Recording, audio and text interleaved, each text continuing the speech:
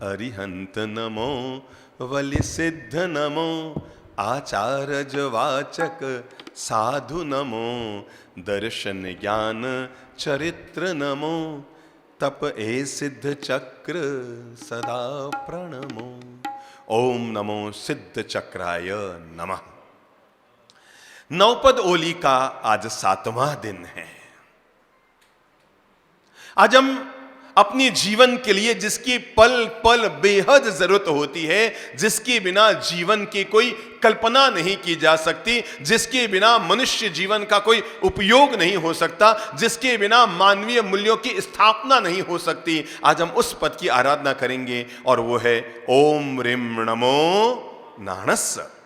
आज हम सम्यक ज्ञान को प्रणाम करेंगे, उस ज्ञान को जिसके बिना हमारे जीवन की कोई कल्पना नहीं हो सकती है। सोचिए, किसी इंसान के पास सब कुछ है, हाथ पांव नाक कान गला सब कुछ है, आत्मा प्राण मन शरीर सब कुछ है, हार्ट सब कुछ है, पर एक चीज नहीं है और वो दिमाग नहीं है, ज्ञान नहीं है। आप कल्पना कीजिए, ज्ञानहीन मनुष्य की जिंदगी वैसे ही होती है जैसे जड़हीन कोई पेड़ हुआ करता है। वो पेड़ जिसकी जड़ें अगर निकल गई है तो उसकी उम्र कितनी होती है, ऐसे ही वो जीवन जिसके भीतर ज्ञान नहीं है, सम्यक ज्ञान नहीं है। सम्यक ज्ञान के अभाव में तो जीवन की कल्पना भी नहीं की जा सकती। ज्ञान वर्णीय कर्म छे, क्षय उपशम तस थाय रे, तो हुए एहिज आत्मा ज्ञान अबोधता था रे।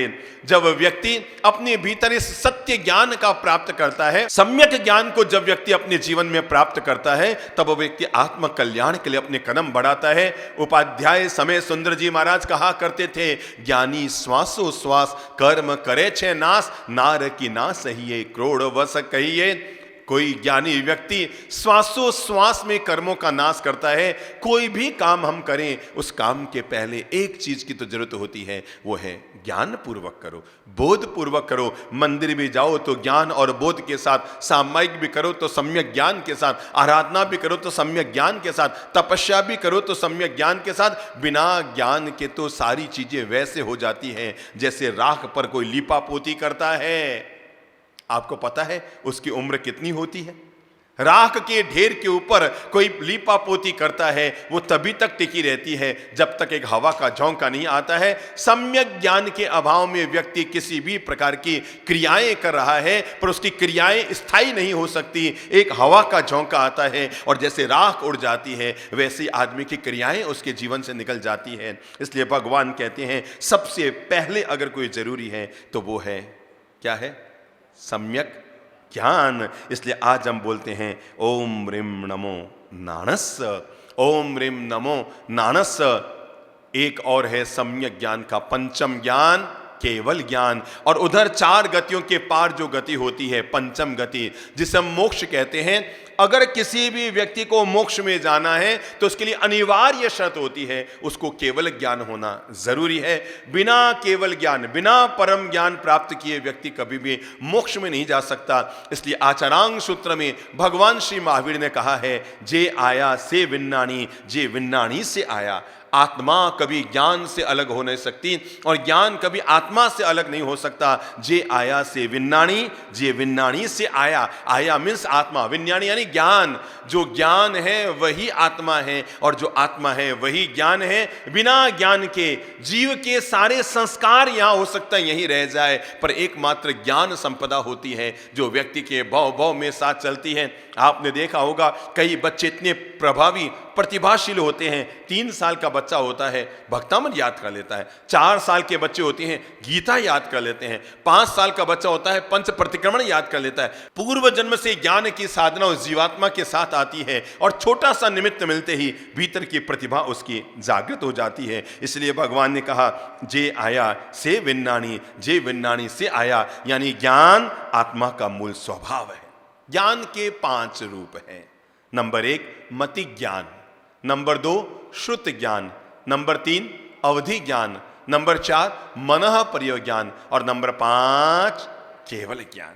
ये ज्ञान की सर्वोपरि पराकाष्ठा है जब व्यक्ति अपने कर्म अंतराय का उच्छेदन करके राग और द्वेष पर विजय प्राप्त करके अपने कषायों पर विजय प्राप्त करके अपने भीतर जब सम्यक ज्ञान का दीप जलाता है तो निरंतर साधना में जीते जीते, निरंतर आत्म ध्यान करते करते, निरंतर परमात्मा स्वरूप का ध्यान करते करते तब व्यक्ति के भीतर एक ज्ञान तो वो होता है जो शास्त्रों के द्वारा हमें प्राप्त होता है, एक ज्ञान वो होता है जो गुरुजनों के द्वारा हमें प्राप्त होता है, और एक परम ज्ञान वो होता है जब व्यक्ति अपने अंतरात्मा में विलीन होता है, अपने कर्मों का क्षय करता है, अपने पूर्वोपार्जित कर्म राशि को भस्म करता है, अपने पूर्वोपार्जित राग द्वेष कषाय मूलक कर्मों का समूल नाश करता है, और उसके बाद उसके भीतर जो परम ज्ञान परम प्रकाश प्राप्त होता है उसका नाम क्या होता है? केवल ज्ञान। हम ज्ञान की उपासना इसीलिए करते हैं, हम ज्ञान इसलिए नहीं पाना चाहते कि हमें कोई जॉब करना है। एक मुनि जीवन भर तक शास्त्रों का अध्ययन करता है, जीवन भर तक प्रभु की वाणी पे चलता है, जीवन भर तक गुरुगम करना चाहता है, गुरु महाराज से ज्ञान लेना चाहता है। उसे जॉब थोड़ी करना है, उसे धंधा थोड़ी करना है, उसे व्यापार थोड़ी करना है। ये तो ज्ञान का अत्यंत सामान्य रूप है। हम ज्ञान प्राप्त इसलिए करते हैं ताकि हम उजाले की राह में अपनी जिंदगी जी सके, हम अंधेरे में अपनी जिंदगी न जिए। ज्ञानी आदमी कभी भी गुस्सा नहीं करेगा, नहीं आएगा उसको गुस्सा। उसे इस बात का बोध है कि क्रोध करने से कर्म का बंधन होता है, आत्मा अधः पतन में जाती है, आत्मा की भाव दशाएं नीचे गिरती है, विचार प्रभावित होते हैं, रिश्ते प्रभावित होते हैं, भाव दशाएं बिगड़ती है और जन्म जन्मांतर व्यक्ति का बिगड़ता है। जिसके भीतर सम्यक ज्ञान उपलब्ध हो गया वह क्रोध नहीं करेगा, जिसके भीतर सम्यक ज्ञान उपलब्ध हो गया वो वैर विरोध नहीं करेगा। जब हमारे भीतर वैर विरोध चल रहा है ये ज्ञान नहीं, ज्ञान के नाम पर अज्ञान है। क्योंकि आदमी की एक आदत होती है, हर आदमी अपने आप को दूसरों से ज्यादा क्या बोलो बोलो बोलो बोलो ज्ञानी समझता है। बिल्कुल सही कहा, हर आदमी अपने आप को दूसरे से ज्यादा, आप नहीं, आपका बेटा भी, बेटा नहीं आपका पोता भी अपने आप को, इसीलिए कई बार आपके बेटे ने आपके मुंह पे कहा होगा पापा जी आप नहीं समझते हो, है ना। ये तो आपने जीवन में सुन लिया ना। जिसको आपने जीवन का ज्ञान दिया, आदमी इतना जल्दी ज्ञानी अपने आप को मानने लग जाता है। एक होता है ज्ञानी होना, एक होता है ज्ञानी मानना।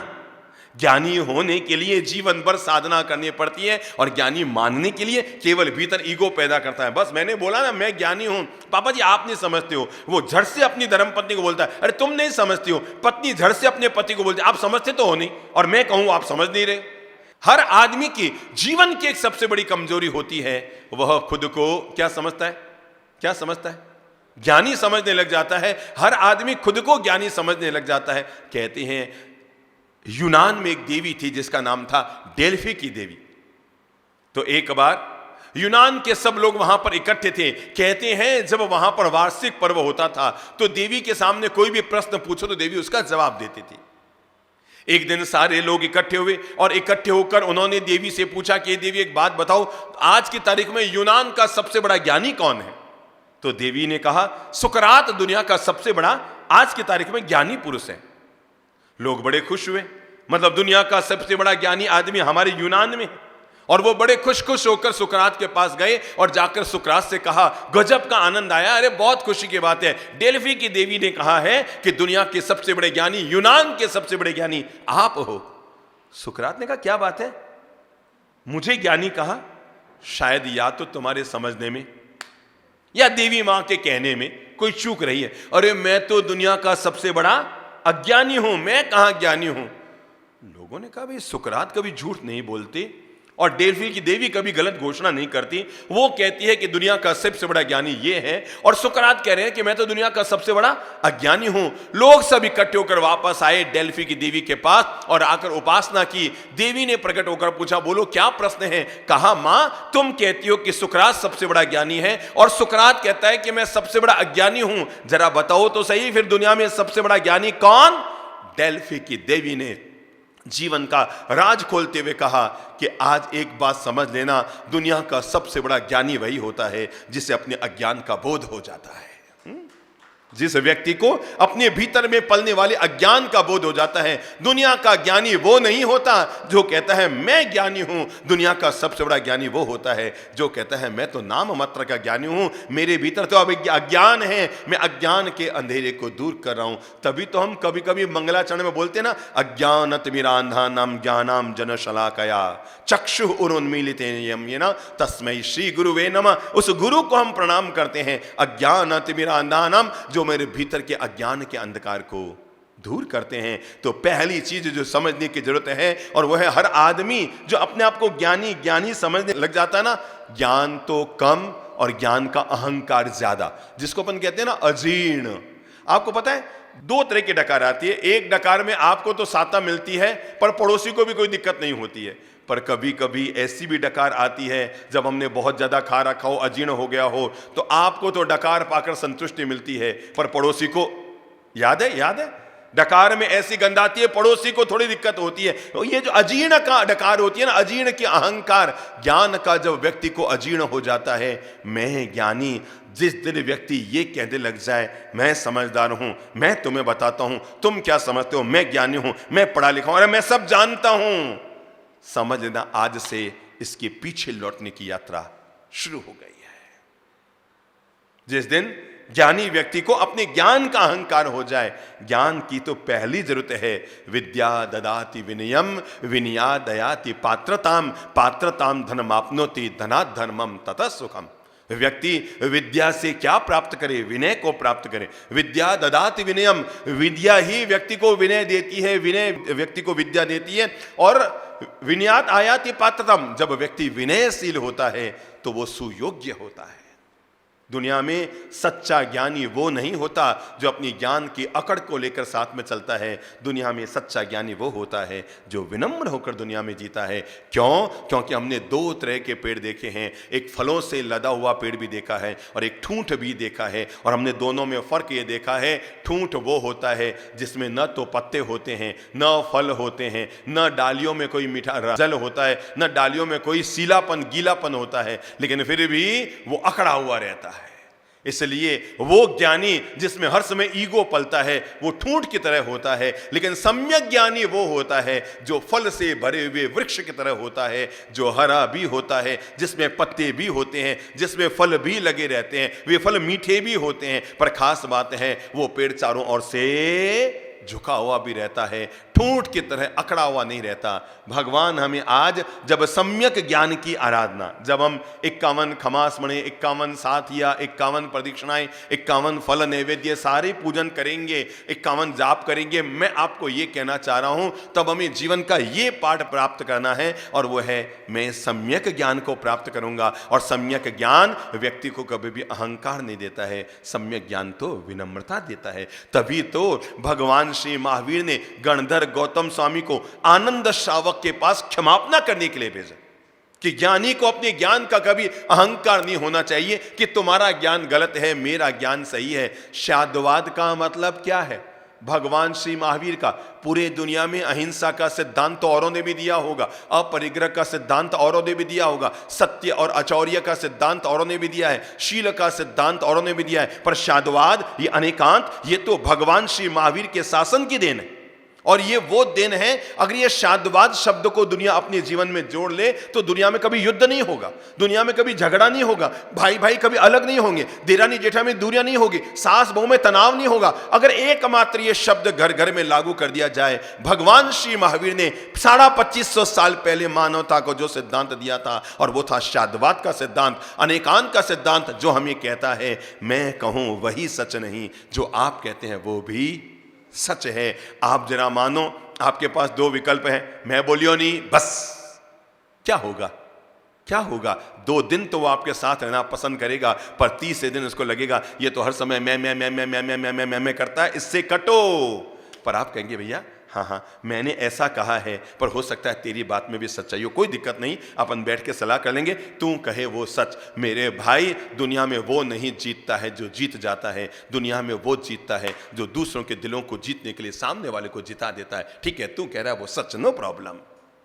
शांतवाद हमें जीवन का ये पाठ पढ़ाता है, मैं कहूं वो सच नहीं है, सामने वाला कहे वो भी सच है, मेरी बात में भी सच्चाई है, तेरी बात में भी सच्चाई है, सब मिलकर ही तो अच्छाई बनती है।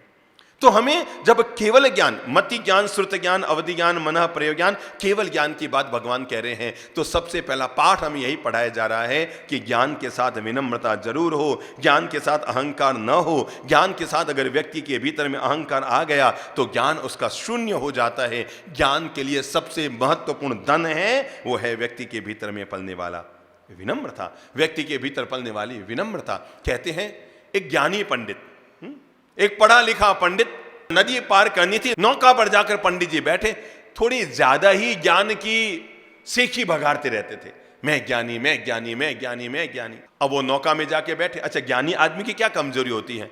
वो जब तक अपने ज्ञान को भगाड़े नहीं, उसे शांति नहीं मिलती। वो बोले नहीं, बताए नहीं कि मैं ये हूं, मैं ये हूं, तब उसको शांति नहीं मिलती। जब वो नाविक नौका चला रहा था, दो ही लोग बैठे थे। जैसे ही नौका चलाने उसने प्रारंभ की तो पंडित जी ने नाविक को पूछा, अरे भाई नाविक, अरे तुम व्याकरण जानते हो? व्याकरण? वो मल्लाह आदमी को क्या पता ये व्याकरण क्या होता है। उसने कहा व्याकरण, ये तो मेरा 20 साल पहले ही हो गया, मेरे तो 3 टाबर भी है। व्याकरण, उसने समझा व्याकरण, उसने कहा मेरे तो 3 टाबर है यार, तो कहेगा व्याकरण? मेरी उम्र को देख के लगता नहीं है बाल धोरे हो रहे हैं और तुम मुझे पूछता है व्याकरण। अरे पंडित ने कहा मूर्ख, मैं व्याकरण नहीं कहता, व्याकरण कहता हूं। व्याकरण जिससे भाषा बनती है, जिससे सारी भाषाओं का जन्म होता है, जिससे संस्कृत, हिंदी, इंग्लिश सारी भाषाएं दुनिया में चलती है, व्याकरण शास्त्र। ओहो, वो नहीं सीखा तब तो तेरी 25 पैसा जिंदगी पानी में गई। अब नाविक बेचारा बूढ़ा आदमी, अब पंडितों के सामने सीधा साधा, हो महाराज जो थे बोलो, हो महाराज जो थे बोलो, खत्म बात हुआ, था सुकुण माथो लगावे। थोड़ी देर में पंडित को मजा आया। आदमी को क्या ईगो संतुष्ट होता ना, सामने वाला नीचे गिरता तो और उसको मजा आता है। उसने पूछा, अरे भाई ज्योतिष के बारे में जानते हो? ज्योतिष? नाविक ने कहा यार ये ज्योतिष तो खेती की थी, जो भी हुए थे तुस भी हुए थे, खूब हुए महाराज, जो तो हमारे खेत में खूब पैदा होते हैं, जवार खूब पैदा होते हैं। अरे ज्योतिष नहीं भोला पंडित, ज्योतिष कहता हूं ज्योतिष। तूने ज्योतिष नहीं सीखी, तेरी तो 50 पैसा जिंदगी पानी में गई। अब 1 रुपये में आधा तो उसको पानी में डाल ही दिया। अब वो नाविक बेचारा बड़ा बड़ा चुपचाप बैठा रहा। हो पंडित जी, हो थे जो बोलो हो सही। थोड़ी देर में और नाका आगे बढ़ी तो पंडित ने पूछा, न्याय शास्त्र पढ़ा है? न्याय? अरे उसने कहा, बाप जी क्यों उस बूढ़े राम को आप बार बार तंग कर रहे हो? ये न्याय अन्याय तो न्यायाधीश करते हैं, मेरे काहे का न्याय, काहे का अन्याय? 2 पैसे कमाता हूं, रोटी खाता हूं, पत्नी को बच्चों को पालता हूं और जिंदगी जी रहा हूं महाराज, ईमानदारी की जिंदगी जी रहा हूं। न तो मुझे आपका ये व्याकरण आता है, न ज्योतिष आता है, न न्याय अन्याय था मुझे। और रे भोड़े, तूने न्याय नहीं पढ़ा, तब तो तेरी 75 पैसा जिंदगी पानी में गई। अब वो बेचारा नाविक चुपचाप बैठा था। इतने में पता नहीं नदी में तेज तूफान उठा, पानी उछलने लगा, उछल उछल कर नाव में आने लगा और ऐसी नौबत आ गई कि अब तो नाव कब डूबे, ये डूबे, कब डूबे। अरे पंडित ने कहा मुझे बचा, मुझे बचा, ये नाव डूबने वाली है। नाविक ने कहा, पंडित जी तैरना जानते हो? पंडित जी ने कहा तैरना तो नहीं जानता। तो नाविक ने कहा, महाराज मैंने व्याकरण नहीं सीखा तो 25 पैसा जिंदगी में पानी में गई, मैंने ज्योतिष नहीं सीखा तो 50 पैसा जिंदगी में पानी गई, न्याय नहीं सीखा तो 75 पैसा जिंदगी में पानी में गई। आपने तैरना नहीं सीखा, अब 100 की 100% जिंदगी। जीवन का पाठ मैं आपको यह पढ़ाना चाहता हूं, ज्ञान विनम्रता देना चाहिए। ज्ञान बघाड़ने की चीज नहीं है, ज्ञान तो जीने की चीज है। अगर हम कहते हैं ज्ञानी श्वासोश्वास में अपने कर्मों का नाश करता है, इसका मतलब वो ज्ञान वो होता है जिसे हम परम ज्ञान कहते हैं। वो ज्ञान वो होता है जिसे हम आत्मज्ञान कहते हैं। वो ज्ञान वो होता है जिससे व्यक्ति जड़ और चेतन का बोध भेद प्राप्त कर लेता है। सोचो, हमारे शरीर में एक छोटी सी पिन चुभती है, कितनी पीड़ा होती है ना?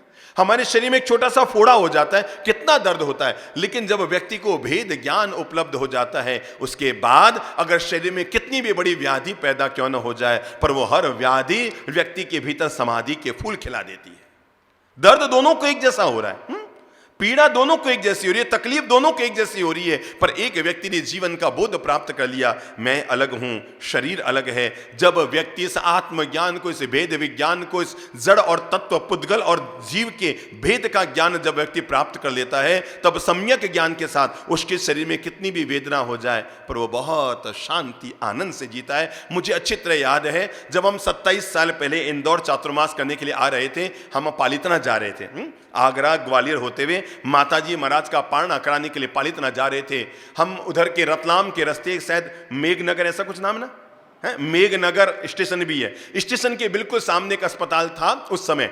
हम वहां गए थे, एक 10-11 वर्ष की बच्ची थी जिसने बचपन से ही ध्यान साधना का मार्ग जीवन में लिया था। श्रीमद राजचंद्र की परंपरा के अनुयायी व्यक्ति के परिवार की वो बच्ची थी।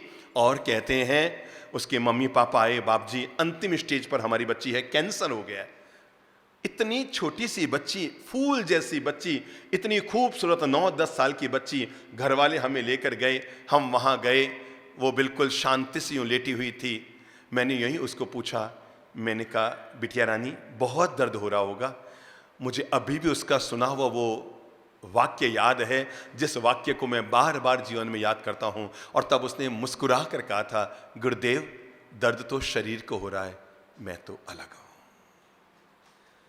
10 साल की बच्ची को ये जो जीवन का भेद विज्ञान प्राप्त हुआ था, उनके परिवार के लोग आकाश में रहा करते थे, और वहीं से शायद उस बच्ची के जीवन में भी ये भेद विज्ञान का भाव पैदा हुआ होगा कि आत्मा अलग है, जड़ अलग है, शरीर अलग है, चेतना अलग है। ये भेद विज्ञान, मैंने जब उस 10 वर्ष की बच्ची के मुंह से ये वाक्य सुना जो गुनगुना रही थी, देह रहे पर देह से रहते देहातीत, उन ज्ञानी के चरण में वंदन हो अगणित, देह छता जैनी दशा वर्ते देहातीत। और वो व्यक्ति गुनगुना रही थी, वो बच्ची गुनगुना रही थी, परिवार के लोग पास में खड़े थे। और मैंने यही पूछा, मैंने कहा बेटा बहुत दर्द हो रहा है। उसने जो जवाब दिया, आज तक मेरी जेहन में वो जवाब है। कहा गुरुदेव दर्द शरीर को हो रहा है, मैं अलग हूं, आत्मा तो मुस्कुरा रही है, मैं आपके सामने हूं। मुझे लगा बेटा तूने 10 साल की उम्र में भी जीवन की बाजी जीत ली।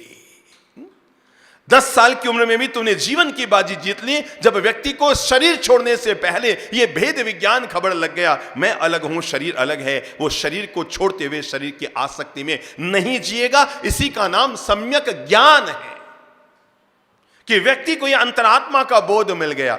अपने ही धर्म संगम में महान साध्वी जी हुए थे, विचक्षण श्री जी महाराज, है ना। आप में से कई वयोवृद्ध लोगों ने तो उनके दर्शन भी किए होंगे। और मैंने यहां तक सुना है, हमारी माताजी महाराज भी उन्हीं की शिष्या थी, और मैंने यहां तक माताजी महाराज के मुंह से सुना है कि कई बार तो लोग उन्हीं को आके पूछते थे कि यहां पर कैंसर की बीमारी वाली साध्वी जी कौन है।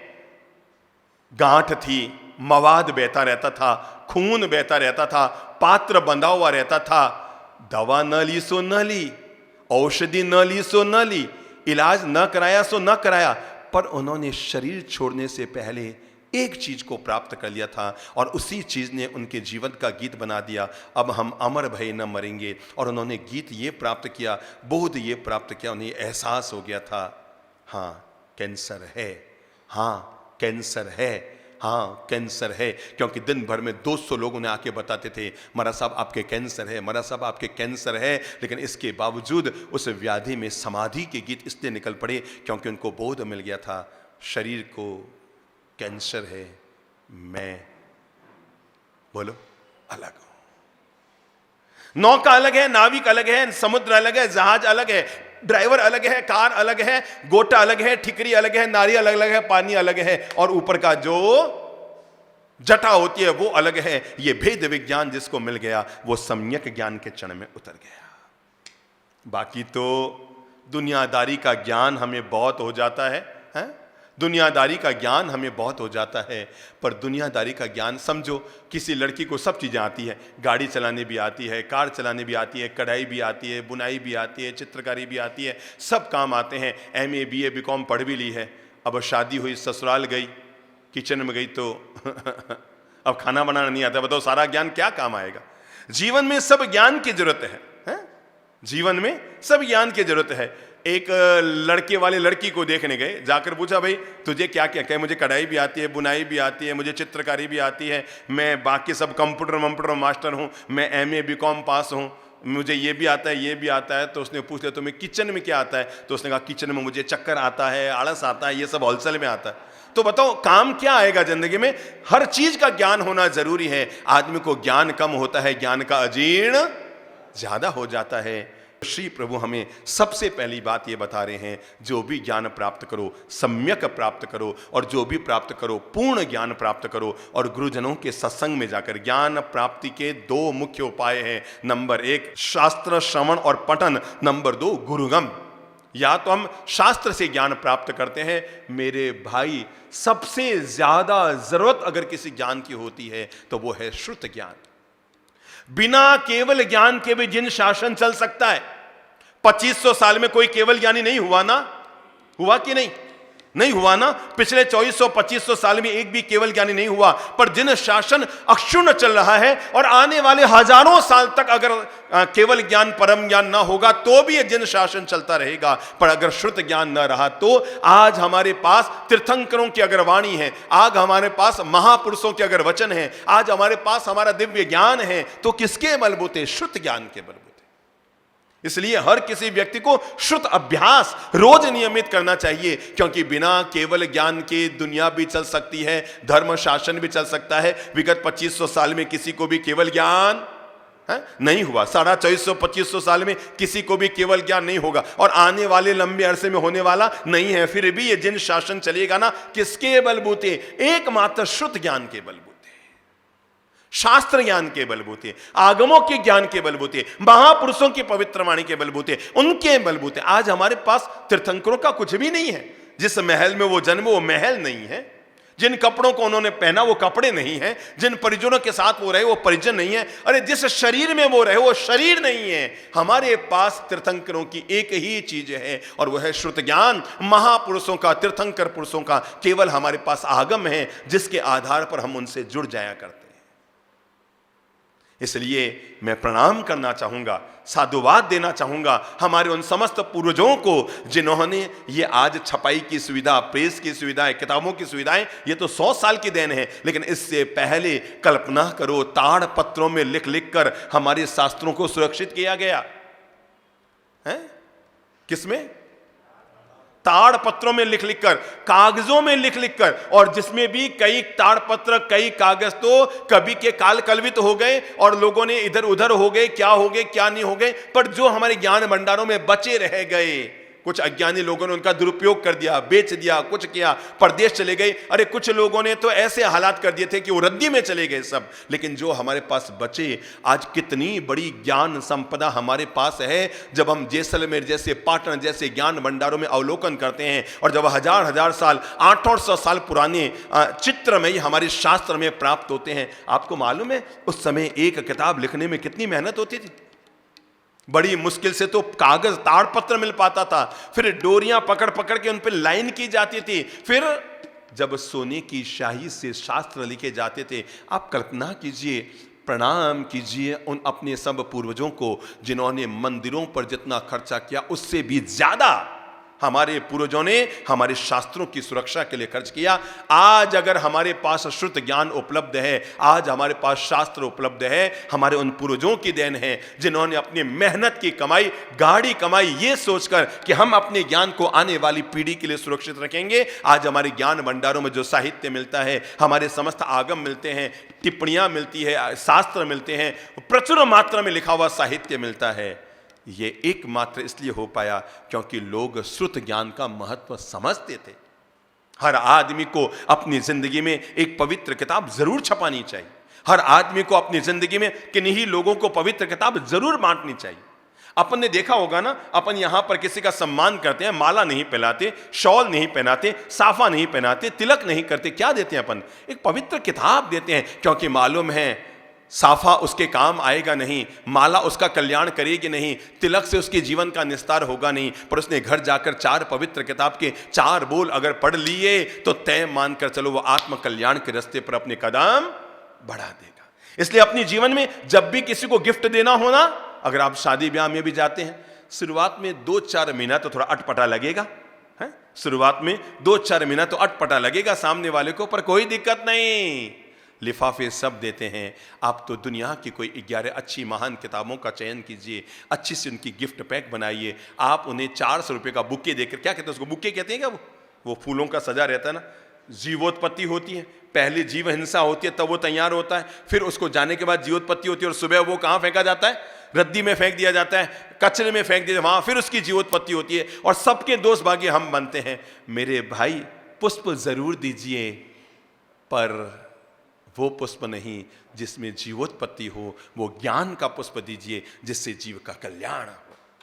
आज सम्यक ज्ञान की आराधना करते हुए हम अपने अंतर मन में ये संकल्प कर लें कि मैं क्या करूंगा, अच्छी किताबें लोगों को दूंगा, अच्छे विचार दो, अच्छे विचार लो। मेरे भाई, वो दुश्मन भी आपका दोस्त होता है जो आपको 4 अच्छी किताबें लाकर देता है, उन किताबों को पढ़िए, उससे व्यक्ति सम्यक ज्ञान को प्राप्त करता है। मेरे भाई, जितने ज्ञानी जन हुए हैं उन सब ज्ञानी जनों को आज हम प्रणाम करते हैं, जिन्होंने हम सब लोगों के लिए ये ज्ञान का उजास, ये ज्ञान की किरणें, ये महान शास्त्र, हम सब लोगों के लिए उस समय किताब लिखना कितनी टेढ़ी की होती थी।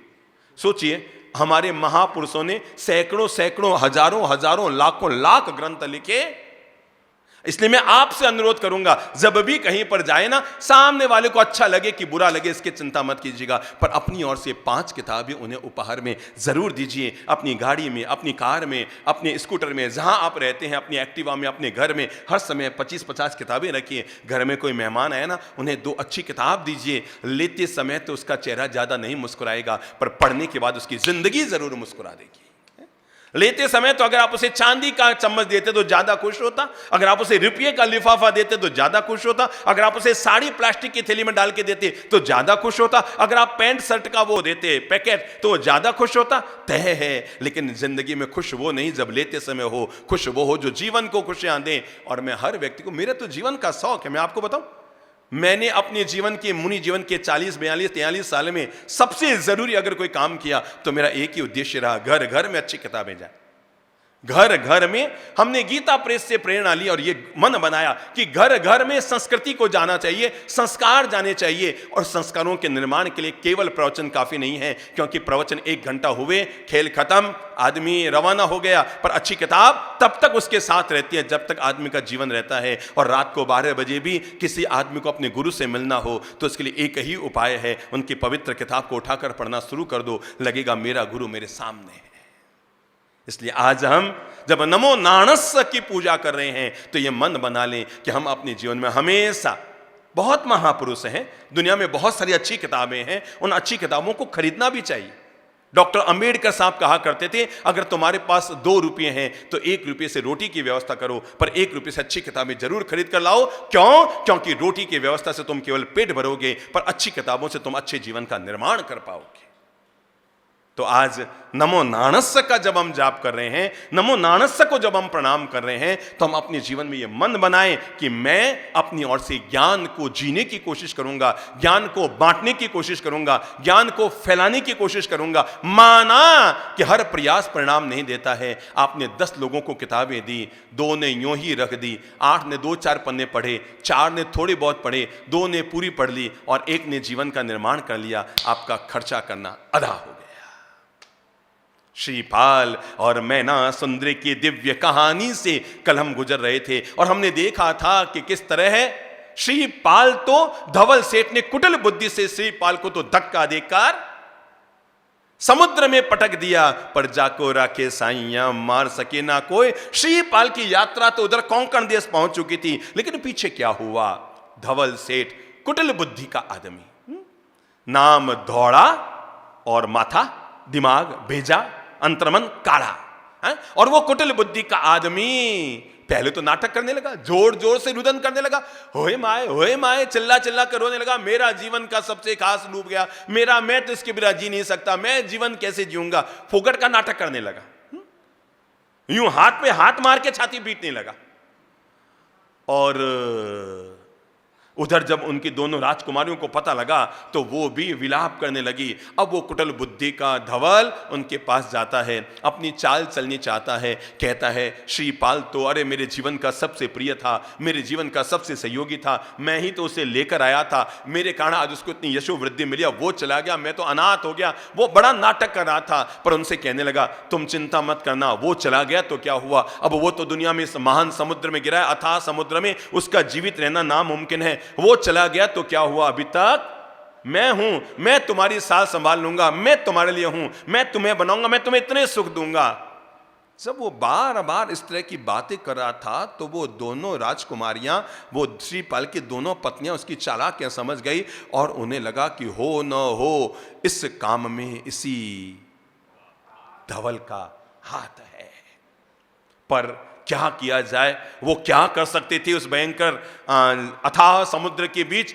ध्यान शांति और धैर्य पूर्वक यात्रा कर रहे थे ये सोचकर कि श्री प्रभु, क्योंकि उनको भी श्रीपाल ने कौन सा मंत्र सिखा रखा था, नमो अरियंताणम नमो सिद्धाणम सिद्ध चक्र महामंत्र नमोकार सिखा रखा था। उन्होंने तो निरंतर उसका जाप करना शुरू कर दिया। इधर वो कुटिल बुद्धि धवल बार बार अपने वही एक दुष्ट मित्र जिसने उसे गलत सलाह दी थी उसको साथ लेकर बार बार उन कुमारियों के पास आता, अलग अलग तरह से उन्हें तंग करने लगा, अलग अलग तरह से उन्हें तकलीफें पहुंचाने लगा, कभी किसी रूप में कभी किसी रूप में, और बार बार यही प्रलोभन, भूल जाओ उसको, मैं हूं ना, भूल जाओ उसको, मैं हूं ना, अरे मैं तुम्हें सारे सुख दूंगा, मैं हूं तुम्हारे लिए, अब श्रीपाल की जगह मैं हूं। और इस तरह से करते करते एक दिन तो वो सीमा पार करने लगा और उनके कक्ष में घुस गया।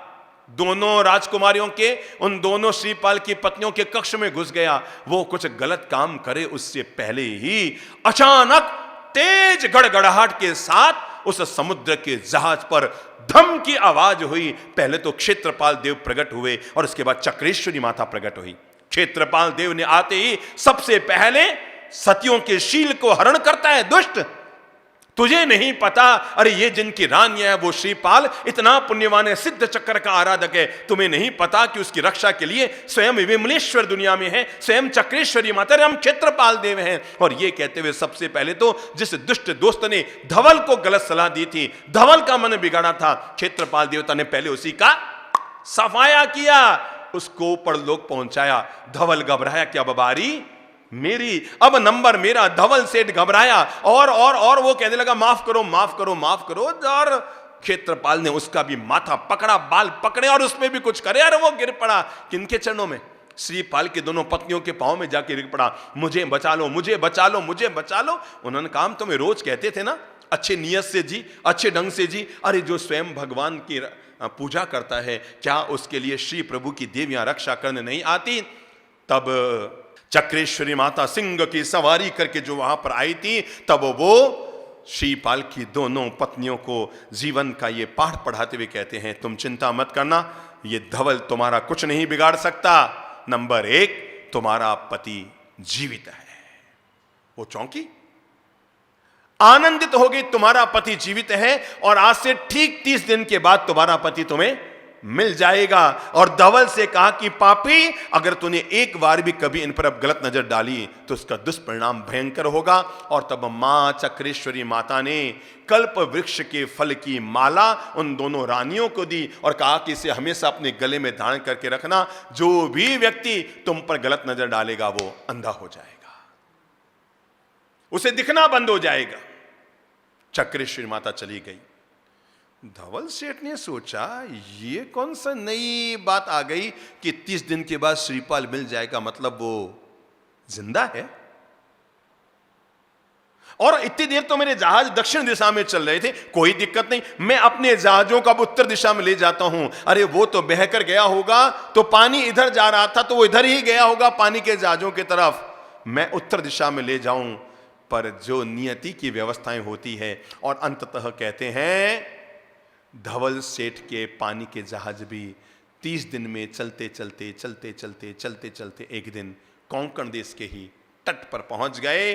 और वहां पर धवल सेठ, उसकी आदत थी टैक्स तो चुकाना ही नहीं, राजा को जाके खुश कर देना, तो वो अलग से एक सोने की थाली में वो भर के, क्या नाम, सोनैये भर करके थाली में, और राजा को उपहार देने गया।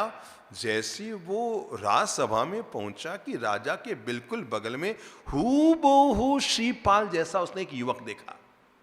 हूबहू वो चौंका कि मतलब ये जिंदा भी बच गया और यहां भी आ गया, क्या ये श्रीपाल है? हूबहू लग रहा है, कभी मेरी आंखें चकरा तो नहीं है, वो चकरा तो नहीं रही है, वो चकरा तो नहीं रही है। और वो कुछ किंग करते हुए विमूढ़ हुआ, बाहर आया राजसभा से और लोगों से पूछा ये राजा के बगल में कौन है? तो बताया गया इस तरह 1 महीना पहले कोई एक कुमार समुद्र के किनारे राजा को मिला था और हमारे राजा ने उसी के साथ शादी कर दी। हालांकि श्रीपाल भी धवल को पहचान गया था, पर मन ही मन मुस्कुराते हुए देख रहा था आगे आगे करता क्या है। और धवल ने तब बाहर आकर के एक डूम को पकड़ा और पकड़कर कहा, भैया तुझे एक काम करना है, तुझे मन चाहा मैं इनाम दूंगा। तू कहे तो 1000, तू कहे तो 10,000 और तू कहे तो 1,00,000। बस काम ये करना है कि ये जो अंदर राजा के बगल में कुमार बैठा है ना, इसका सफाया करना है, इसको तुम्हें मारना है। अब डूम ने कहा, भाई इसको मारना तो मेरे हाथ में नहीं है, अरे ये हर समय राजा के आजू बाजू रहते हैं, सैनिक रहते हैं, मैं कैसे मार पाऊंगा? पर मैं एक काम कर सकता हूं, मैं इसकी इज्जत को मार सकता हूं और जब इज्जत मर जाएगी तो राजा अपने आप इसका सफाया कर देगा। उसने कहा तुम मुझ पर छोड़ दो, मैं क्या नाटक करता हूं। 1,00,000 तो उसने कहा पहले देने पड़ेंगे पूरे एडवांस, क्योंकि तुम्हारा पता नहीं, मतलब निकल गया तो पहचानते नहीं, और मैं काम भी कर दूं, तुम पैसे दे दो, रवाना हो जाओ। अब धवल सेठ के पास कोई रास्ता नहीं, उसे तो जैसे तैसे श्रीपाल का सफाया करना था। वो श्रीपाल देखो जिसके भीतर कुटिलता होती है ना, वो उपकारी का भी अपकार करता है। वो श्रीपाल जिसने 2-2 बार उसकी जान बचाई, वो श्रीपाल जिसने उसके पानी के जहाजों को चलाया, वो श्रीपाल जो उसके साथ उसका साथ निभाने के लिए आया, वो उसी उपकारी का वापस अपकार करना चाहता, उसको मारना चाहता है। अगले दिन डूम पहुंचे राजसभा में, खूब डांस वांस किया, नृत्य वृत्ति किया। राजा बड़ा प्रभावित हुआ। राजा ने कहा बोलो क्या चाहिए तुम्हें? कहा कुछ नहीं राजन, हमें कोई पैसे टके की जरूरत नहीं, हमें तो बस आपका सम्मान चाहिए। श्रीपाल कुमार को राज्यसभा में एक काम सौंपा हुआ था कि जो भी कोई मेहमान आए उन्हें अंग वस्त्र देकर सम्मानित किया जाए। अंग वस्त्र समझते ना, अंग वस्त्र देकर सम्मानित किया जाए। तो राजा ने श्रीपाल से कहा जाओ भाई इन डूमों को अंग वस्त्र देकर सम्मानित करो, तांबूल देकर सम्मानित करो। श्रीपाल जैसे ही उस डूम की मां को सम्मान देने के लिए आया कि उस बुढ़िया ने श्रीपाल को देखते ही नाटक करना शुरू किया। अरे मेरे लाडले बेटे तू किधर चला गया? हम तुम्हें कितने महीने से खोज रहे हैं, हम गांव गांव भटक गए तुम्हें देखने के लिए, तू मेरा बेटा कहां चले गया? श्रीपाल समझ नहीं पा रहा था मैं कहां इसका बेटा कहां क्या, पर वो चुप रहा, देखते हैं नाटक क्या होता है। और वो कहने लगा बेटा तू कहां चला गया? और इधर परिवार के लोग सब इकट्ठे हो गए डूम के, कोई कहे हाँ फूफा जी, कोई कहे हाँ चाचा जी, कोई कहे हाँ बड़े भैया आप कहां चले गए? राजा चौंका, मतलब ये डूम की जाति का है।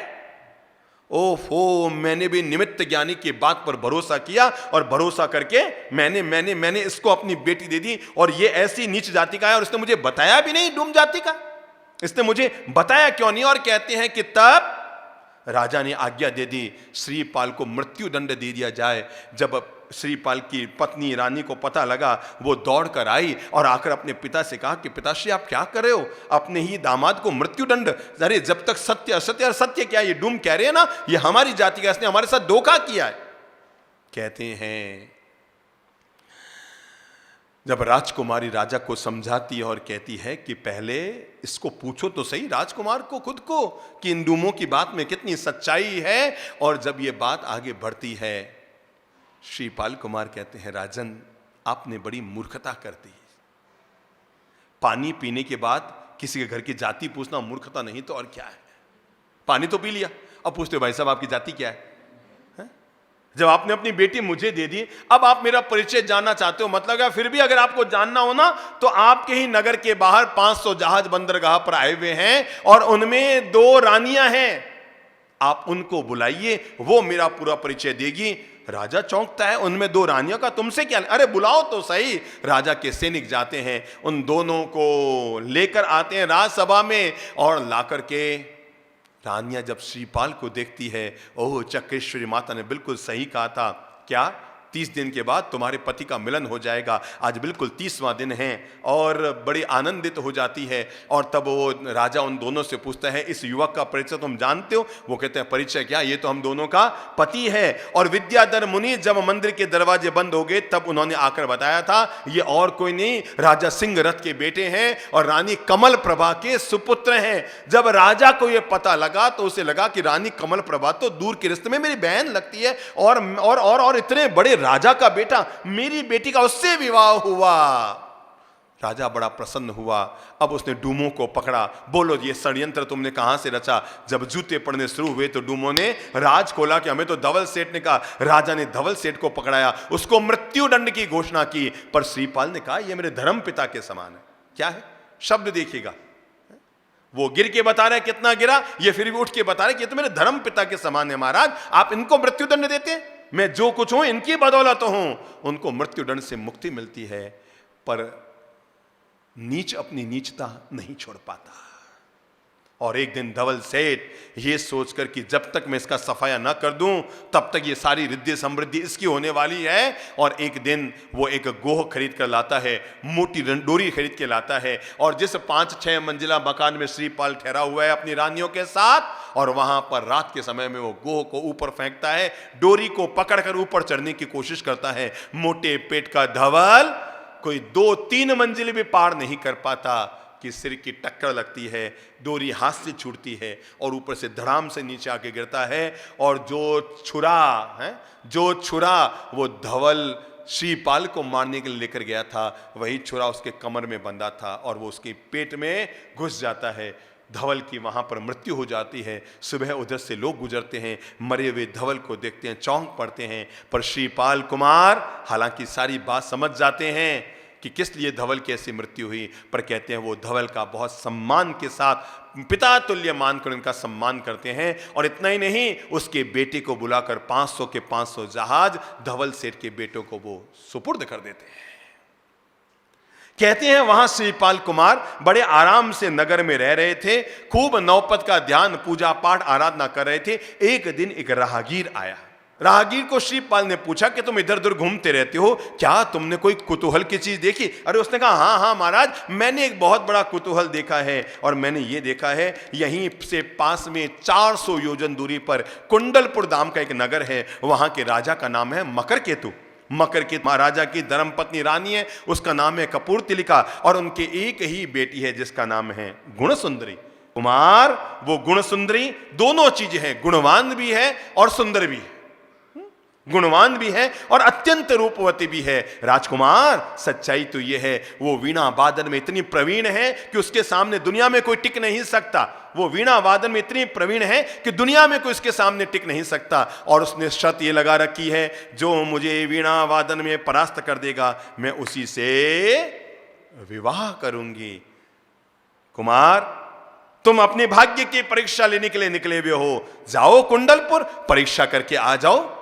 श्रीपाल के मन में कुतूहल जगा कि अपन को भी जाना चाहिए, क्या वीणा वादन की प्रतियोगिता है, अपन को भी देखना चाहिए, पर जाएं तो कैसे जाएं? 400 योजन दूर जाने में कई महीने लग जाए। रात को वो विमलेश्वर देव का ध्यान कर रहे थे, चक्रेश्वरी माता की आराधना कर रहे थे, सिद्ध चक्र महायंत्र का पूजन आराधन कर रहे थे। और आराधना के दौरान ही अपने हृदय के तार उन्होंने विमलेश्वर देव से जोड़े। विमलेश्वर देव प्रकट और कहा, बोलो श्रीपाल क्या इच्छा है? और तब उन्होंने कहा, इच्छा तो कुछ नहीं है, बस कुंडलपुर जाना चाहता हूं। तब विमलेश्वर देव ने श्रीपाल के कंठ में एक हार डाला और कहा, ये मैं हार दे रहा हूं, आजीवन इसको गले में रखना। इसके 2 परिणाम हैं। नंबर 1, जब जहां चाहो वहां पहुंच जाओगे, और नंबर 2, जैसा रूप बनाना चाहोगे वैसा रूप तुम्हारा बन जाएगा।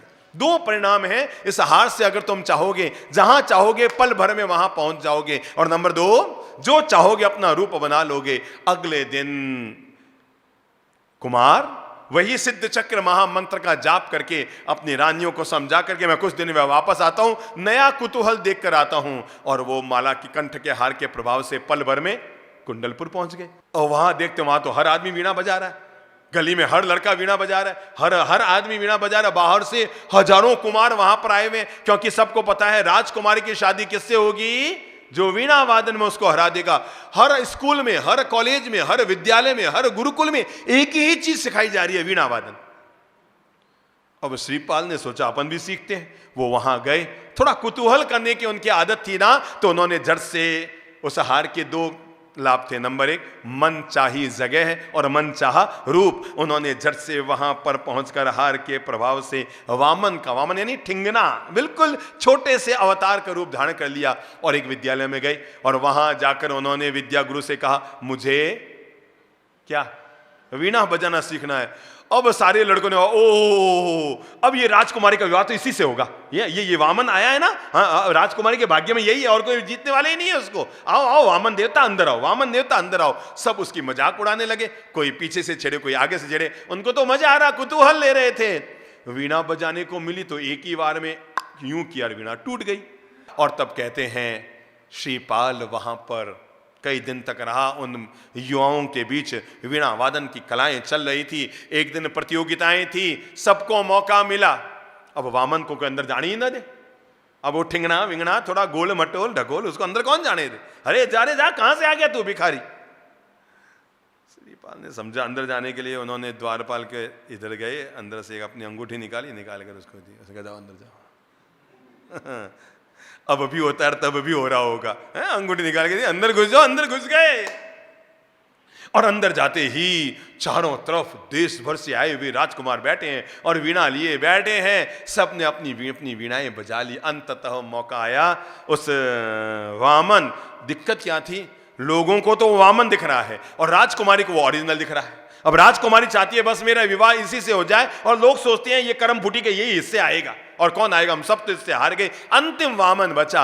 वामन ने जब वीणा बजानी शुरू की तो उसकी ताल ऐसी छिड़े, उसके तार ऐसे छिड़े कि सबको तो नींद आगे सो आ गई और उसने सबके टोपियां उतार उतार कर नीचे रख दी, वीणाएं उतार उतार कर नीचे रख दी। जब वीणा वादन रुका तो सब लोगों का आश्चर्य हुआ, हम सबकी टोपियां नीचे उतर गई। और तब राजकुमार ने घोषणा कर दी, ये कुमार मुझे वीणा वादन में जीत चुका है, मेरा विवाह उसी के साथ होगा। और इस तरह है, अब तक तो श्रीपाल की शादियां जिनसे भी हुई वो सब मां पीती हैं, मैना सुंदरी, मदन मंजरी, पर अब नया नाम आ गया और वो है गुण सुंदरी। अब जितनी शादियां हो रही है सबके एंड में सुंदरी सुंदरी जुड़ेगा। और अब जो शादी हो गई गुण सुंदरी के साथ, तब कहते हैं धूमधाम से श्रीपाल का विवाह हो गया। कहते हैं एक दिन श्रीपाल कुमार उसी नगर में कुंडलपुर के बाहर उद्यान में बैठे थे कि तभी एक अतिथि का आगमन हुआ और अतिथि ने बताया कि हे कुमार, यहां से कुछ ही दूरी पर एक नगर है जिसका नाम है कांचनपुर और नगर के राजा का नाम है वज्रसार। वज्रसार राजा के महारानी है जिसका नाम है कंचनमाला और कंचनमाला की एक ही बेटी है और ये यथा नाम तथा गुण, अद्भुत अनुपम लाजवाब, और उसका नाम है त्रैलोक्य सुंदरी, यानी 3 लोक में उसके जैसी सुंदरी और कोई भी नहीं है। कल ही उसका स्वयंवर मंडप रचा जा रहा है। यहां से 30 योजन है। कितना है? 30 योजन है। अब आप कैसे जा पाओ न जा पाओ मुझे नहीं पता, पर आपको देखकर मुझे लगता है कि और कोई स्वयंवर में कुछ करामात कर पाए या ना कर पाए, पर आप कोई करामात कर सकते हैं। अगर आप पहुंच सकते हो तो पहुंच जाओ, क्योंकि वहां पर कल ही वो अपने पति का वर्ण करेगी। कल स्वयंवर रचा हुआ है, पूरे नगर को सजाया हुआ है और पूरा राजसभा सजी हुई है और खूब सुंदर सुंदर मंच बनाए गए हैं राजकुमारों को बैठने के लिए। चाहो तो कल आप भी कहां, कंचनपुर चले जाओ राजकुमार। श्रीपाल के मन में फिर कुतूहल जगा। मैं तो घर से निकला ही अपने भाग्य की पुरुषार्थ की परीक्षा करने हूं, चलो मन बनाता हूं। और कल मैं भी, उनको तो जाने के लिए मामूली बात थी, केवल सोचना होता था। कुंडलपुर पहुंच गई और वहां से कंचनपुर पहुंच जाएंगे।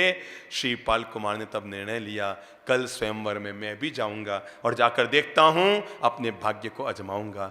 अब कल जब स्वयंवर है तो आज दिन भर इंतजारी तो करनी होगी। देखते हैं कल स्वयंवर मंडप में श्रीपाल बाजी मार पाते हैं या नहीं मार पाते हैं। आने वाले कल को अपन फिर इस पर चर्चा करेंगे। ओम शांति।